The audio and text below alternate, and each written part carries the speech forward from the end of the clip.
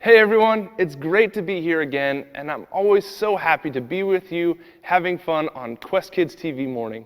You know, all month we've been learning how we can find contentment. Remember, contentment is learning to be okay with what you have. That means we're grateful and we're thankful. We don't just think about things that we wish we could have, we roll with what we've got. The Bible. It's 66 books of history, stories, letters, and poetry that fit together to form God's one big story. The epic adventure of how He created us and loves us so much that He made a way to rescue us. As we travel through the Bible, from Genesis to Revelation, we discover people who met God and found their lives changed forever. Now, for an amazing story, inspired by the book of 1 Timothy, chapter 4, verse 12. Timothy of Lystra must have felt like he lived in two worlds. His mother, Eunice, and his grandmother, Lois, both were Jewish and believed in the one true God. Hear, O Israel, the Lord our God, the Lord is one. Hear, O Israel, the Lord our God, the Lord is one. But Timothy's father was Greek and likely not a believer. Just work hard and be a good man, son. That's what really matters. Okay, Dad. One day, two men arrived in Lystra. Timothy may have heard them speaking in the center of town. Jesus is the Christ, the Son of the living God. You can turn to Him now. One of the two men even healed a man who had never been able to walk. The crowd was amazed. The gods have come down to us in human form. Uproar engulfed the city. People even tried to offer sacrifices to the two men, Paul and Barnabas, as if they were gods. But in the middle of the chaos, a group of Jews from nearby towns where Paul and Barnabas had preached showed up and convinced everyone to attack the man with stone instead. Though the Jews dragged Paul outside the city and left him for dead, Paul got right back up. Timothy really surely heard about it. The power of this Jesus is real. Paul left for Derbe the next day and returned again to Lystra. Timothy, his mother, and grandmother all listened to Paul's teaching, and all three became believers in Jesus. Paul continued on his journey, but left behind a small, thriving new church. We must pray each day. And teach each other. Timothy, in the meeting tomorrow, you should tell the story Paul shared. The one about how Jesus raised a dead man. Oh, but I don't really like to talk in front of people. I think you shall do very well. By the time Paul had returned several years later, Timothy had become a faithful disciple of Jesus. Everyone at the church spoke well of him. Timothy knows all the Hebrew scriptures.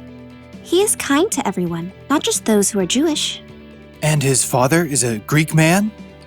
Oh, yes. Paul was looking for someone to help encourage new churches, someone who knew God's words, someone who could speak to people from all different backgrounds. Timothy, I'd like you to travel with me and Silas and Luke. Me? Of course you. Oh, but there are others older than me with more experience. They're bold. They're better at speaking. You're the one God has chosen for this job. Wow. Well, okay. The elders of the church laid their hands on Timothy and prayed for him. God's Spirit provided Timothy with everything he would need for the work ahead. Amen. We leave tomorrow. Over the next years, Timothy traveled with Paul all around the land to help encourage believers and start new churches. While they spent time in Ephesus, Paul gave Timothy a special mission.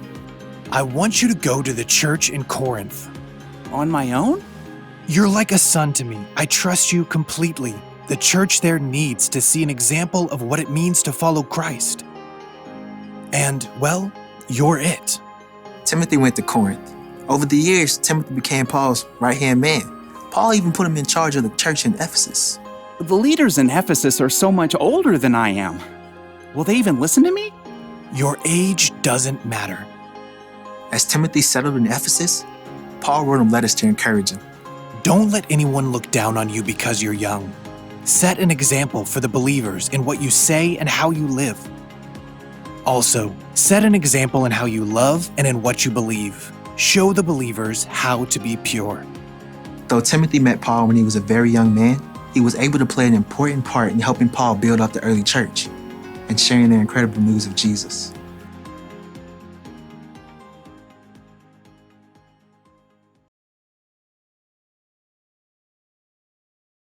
Wow, I think it's awesome that we can use so many things that we already have to help other people. We can always choose to treat others the way we want to be treated.